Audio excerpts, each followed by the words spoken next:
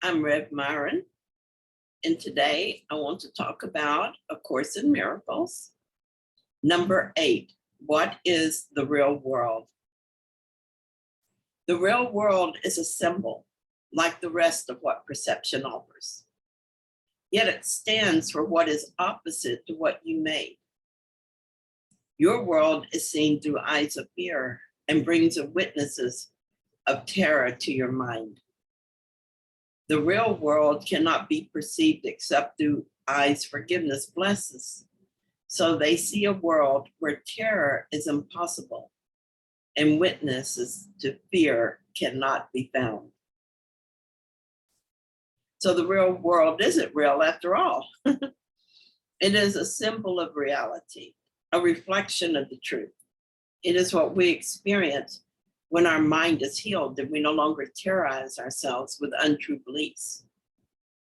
Without these ego thoughts in our mind, we see the world differently. I've seen this in my own life. I used to be terrified of bad weather, for instance.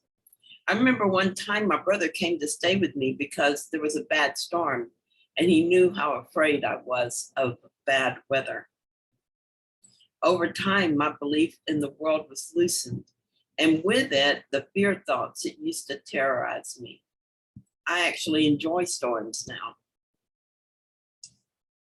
Second paragraph says the real world holds a counterpart for each unhappy thought reflected in your world. A sure correction for the sights of fear and sounds of battle which your world contains. The real world shows a world seen differently, through quiet eyes and with a mind at peace. Nothing but rest is there. There are no cries of pain and sorrow heard, for nothing there remains outside forgiveness, and the sights are gentle. Only happy sights and sounds can reach the mind that has forgiven itself. When the world was made by us, the answer to the world was given. The Holy Spirit corrected each untrue thought. We have a choice always.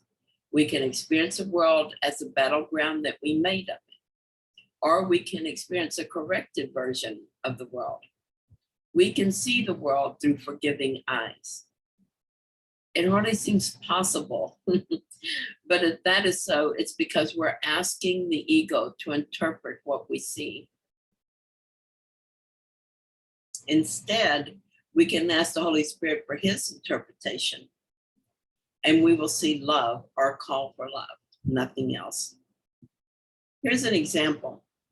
I used to feel attacked if someone disagreed with me. Sometimes I would avoid that person, or sometimes I would defend myself. Either way, I was at war, even if it was a cold war, that is, even if it happened only in my mind. War is violent, even when it never gets further than our thoughts. It costs us our peace of mind. Now, even if the person thinks that they are attacking me, what I experience is someone who wants happiness but doesn't know what it takes to get it.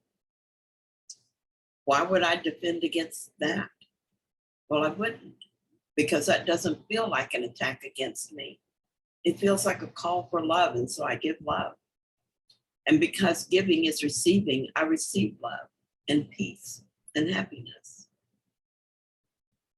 The third paragraph says, what need has such a mind for thoughts of death, attack, and murder? What can it perceive surrounding it but safety, love, and joy? What is there it would choose to be condemned? And what is there that it would judge against? The world it sees arises from a mind at peace within itself. No danger lurks in anything it sees, for it is kind, and only kindness does it look upon. This paragraph reminds me of a Byron Katie story that influenced my understanding of the real world. This is the story as I remember it. Byron Katie was invited to speak in a part of the world that we would consider dangerous. Her friends begged her not to go, pointing out all the dangers. She told them that she was in danger nowhere in the world. I don't remember her exact words, but it was something like this. She couldn't be in danger because there's no thought of violence in her. She knows that the world is a reflection of her mind. As Katie says, she teaches people to question their thinking, and this changes their world. She has only kindness in her mind, so there is no danger in her world. If our world seems to show us angry, hateful people, that tells us that we need to change our mind. From a changed mind comes a changed world. Once we have released all thoughts opposed to truth, we will see a peaceful world. This is because a peaceful world will arise from a mind at peace within itself. So paragraphs 4 and 5. The real world is a symbol that the dream of sin and guilt is over, and God's Son no longer sleeps. His waking eyes perceive the sure reflection of his Father's love, the certain promise that he is redeemed. The real world signifies the end of time, for its perception makes time purposeless. The Holy Spirit has no need of time when it has served his purpose. Now he waits but that one instant more for God to take his final step, and time has disappeared, taking perception with it as it goes and leaving but the truth to be itself.